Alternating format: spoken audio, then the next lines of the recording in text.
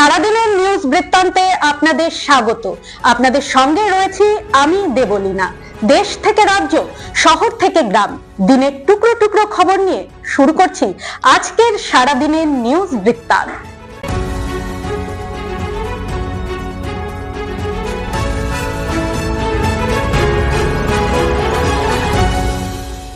সারাদিনের নিউজ বৃত্তান্ত নিবেদন করছেন জুয়েলার্স, সোনা যা সর্বক্ষণের। Agnishwar jewellers, NS road, Raiganj. Shri Dhaka jewellers, আভিজাত্যের গয়না। ত্রিনয়নী জ্যোতিষ কার্যালয়, শ্যামপুর মোড়, দেবীনগর, রায়গঞ্জ। নেশামুক্ত সমাজ করতে Raiganj unity foundation, Rupahar, Raiganj. North বেঙ্গলের সেরা সুপার স্পেশালিটি হাসপাতাল Jibanrekha. Spectrum health care diagnostics, Apollo clinic, এখন রায়গঞ্জে। উত্তরবঙ্গের রায়গঞ্জে এইমস প্রতিষ্ঠার দাবি ঘিরে আবারও সরব হলেন সাধারণ মানুষ। ভারতের সর্বশ্রেষ্ঠ চিকিৎসা প্রতিষ্ঠান এইমস শুধু চিকিৎসা নয়, রায়গঞ্জবাসীর কাছে আবেগ ও দীর্ঘদিনের স্বপ্ন। কিন্তু বারবার প্রতিশ্রুতি দিয়েও এই স্বপ্ন অধরাই রয়ে গেছে। বহু বছর আগে রায়গঞ্জের পানিশালায় এইমস ধাঁচের চিকিৎসা কেন্দ্র গড়ে তোলার পরিকল্পনা হয়েছিল। অভিযোগ, রাজনৈতিক টানাপোড়েনে সেই প্রকল্প সরে যায় কল্যাণীতে। পানিশালার চিহ্নিত জমি আজও কৃষি জমি হিসেবেই পড়ে আছে, হয়নি জমি অধিগ্রহণ। বিজেপি ক্ষমতায় আসার আগে প্রতিশ্রুতি দিয়েছিল উত্তরবঙ্গেই হবে এইমস। এতে আশার আলো দেখেছিল রায়গঞ্জ সহ গোটা উত্তর দিনাজপুর জেলার মানুষ। উন্নত চিকিৎসা পরিকাঠামোর স্বপ্ন দেখেছিল গোটা উত্তরবঙ্গ।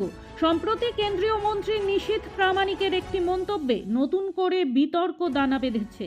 তিনি দাবি করেন এইমস হবে কোচবিহারে। এই মন্তব্যের পরেই হতাশা নেমে আসে রায়গঞ্জে।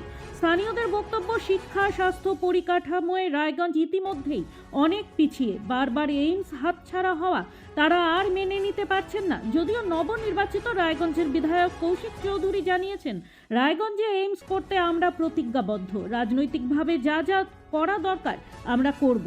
আপাতত সবটাই জল্পনার স্তরে। রায়গঞ্জবাসীর এইমসের স্বপ্ন বাস্তবে রূপ নেবে নাকি আবারও প্রতিশ্রুতির ফাইলেই বন্দী থাকবে তা বলবে সময়। রায়গঞ্জের সোহারই মোড় এলাকা থেকে এক ব্যক্তির মৃতদেহ উদ্ধারের ঘটনায় চাঞ্চল্য ছড়ালো রবিবার। এদিন দুপুর নাগাদ রাস্তার পাশে ওই ব্যক্তিকে পড়ে থাকতে দেখা যায়। ওই ব্যক্তির নাম জহিরুল মোহাম্মদ, বাড়ি পিরোজপুর এলাকায়। পেশায় চালকলের শ্রমিক ওই মৃত ব্যক্তির পরিবারের সদস্যরা জানায়, শনিবার বাড়ি থেকে বেরিয়েছিলেন ওই ব্যক্তি। তারপর এদিন রবিবার পুরনো জাতীয় সড়কের পাশ থেকে ওই ব্যক্তির মৃতদেহ উদ্ধার হয়। স্থানীয় লোকজন পুলিশে খবর দিলে রায়গঞ্জ থানার পুলিশ এসে মৃতদেহ উদ্ধার করে। স্বাভাবিকভাবেই এই ঘটনায় চাঞ্চল্য ছড়িয়ে পড়ে এলাকায়।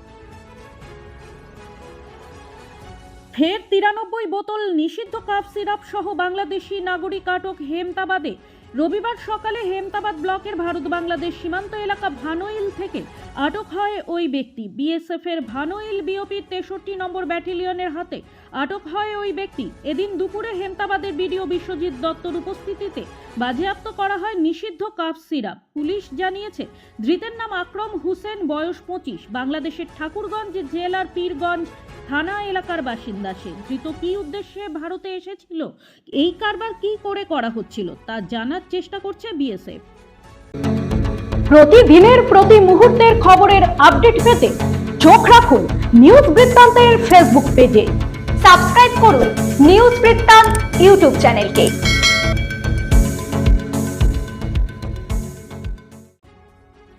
যারা বিজেপি করেন তারা ঈশ্বরের সেবা করেন, এই ভাষাতেই জেলার বিজেপি নেতৃত্বকে উদ্বুদ্ধ করলেন পশ্চিমবঙ্গ বিধানসভার অধ্যক্ষ রথীন্দ্র বোস। বিধানসভার অধ্যক্ষ নির্বাচিত হওয়ার পর তিনি বিভিন্ন জেলায় সফর করছেন, মিলিত হচ্ছেন বিজেপি নেতৃত্বদের সঙ্গে। রবিবার তিনি এসে পৌঁছালেন রায়গঞ্জ শহরে। এদিন রায়গঞ্জের কর্ণজোড়া অডিটোরিয়ামে একটি সাংগঠনিক সভায় মিলিত হন বিধানসভার অধ্যক্ষ।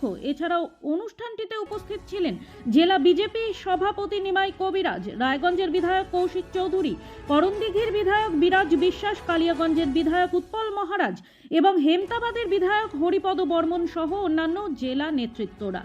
এদিন বিধানসভার অধ্যক্ষ বিজেপি কর্মী সমর্থকদের বলেন, ঈশ্বর আমাদের মানুষের সেবা করার সুযোগ দিয়েছে, সেই সুযোগ হাতছাড়া করা উচিত নয়। এই কর্মসূচি ঘিরে কর্মী সমর্থকদের মধ্যে উৎসাহ উদ্দীপনা ছিল চোখে পড়ার মতো। ইভটিজিং ও মাদকের বিরুদ্ধে পথে নামলেন মহিলারা। উত্তর দিনাজপুর জেলার ইসলামপুর শহরে মহিলাদের উদ্যোগে একটি প্রতিবাদ মিছিল বের হয়। মিছিলটি শহরের বিভিন্ন গুরুত্বপূর্ণ রাস্তা পরিক্রমা করে ইসলামপুর থানায় পৌঁছায়। সেখানে বিক্ষোভকারীরা ইভটিজিং, মাদক কারবার ও সমাজ বিরোধী কার্যকলাপ রুখতে কড়া পদক্ষেপের দাবিতে পুলিশের হাতে গণ দাবিপত্র তুলে দেন। মহিলাদের অভিযোগ, এলাকায় ইভটিজিং ও মাদকের প্রকোপ বাড়ছে, যার ফলে যুব সমাজ বিপথে যাচ্ছে। অবিলম্বে প্রশাসনের হস্তক্ষেপ ও দোষীদের বিরুদ্ধে কঠোর ব্যবস্থা নেওয়ার দাবি জানান তারা।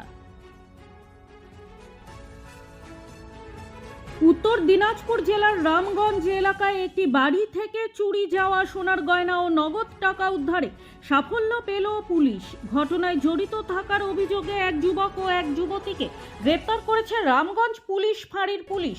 পুলিশ সূত্রে জানা গিয়েছে, রামগঞ্জ পুলিশ ফাঁড়ির ইনচার্জ দিব্যেন্দু দাসের নেতৃত্বে অভিযান চালিয়ে অভিযুক্তদের বাড়ি থেকে নগদ টাকা সহ সোনা ও রূপোর গয়না উদ্ধার করা হয়। ধৃতদের বিরুদ্ধে নির্দিষ্ট ধারায় মামলা রুজু করে তদন্ত শুরু করেছে পুলিশ।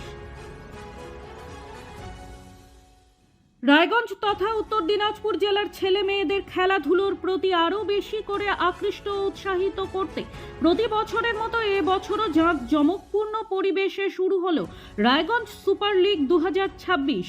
রবিবার রায়গঞ্জ টাউন ক্লাব ময়দানে বর্ণাঢ্য উদ্বোধনী অনুষ্ঠানের মধ্য দিয়ে এই মর্যাদাপূর্ণ লিগের শুভ সূচনা হয়। মাঠ জুড়ে ছিল ক্রীড়া প্রেমী মানুষজনের ভিড়, উৎসাহ উদ্দীপনা এবং ভবিষ্যতের তারকাদের স্বপ্ন দেখার এক অনন্য পরিবেশ।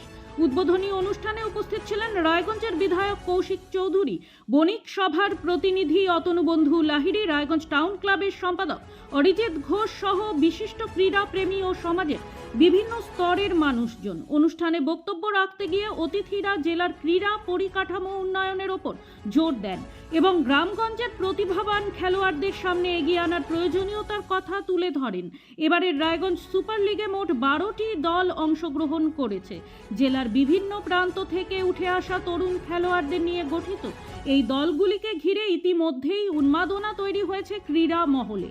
রবিবার প্রথম দিনের খেলায় মুখোমুখি হয় সুভাষগঞ্জ ও কালিয়াগঞ্জের দল। খেলা ঘিরে দর্শকদের মধ্যে ছিল প্রবল উৎসাহ। সারাদিনের নিউজ বৃত্তান্ত আজ এই পর্যন্তই। সঙ্গে থাকুন, দেখতে থাকুন, চোখ রাখুন নিউজ বৃত্তান্তে। নিউজ বৃত্তান্ত, হলুদ নয়, স্বচ্ছ।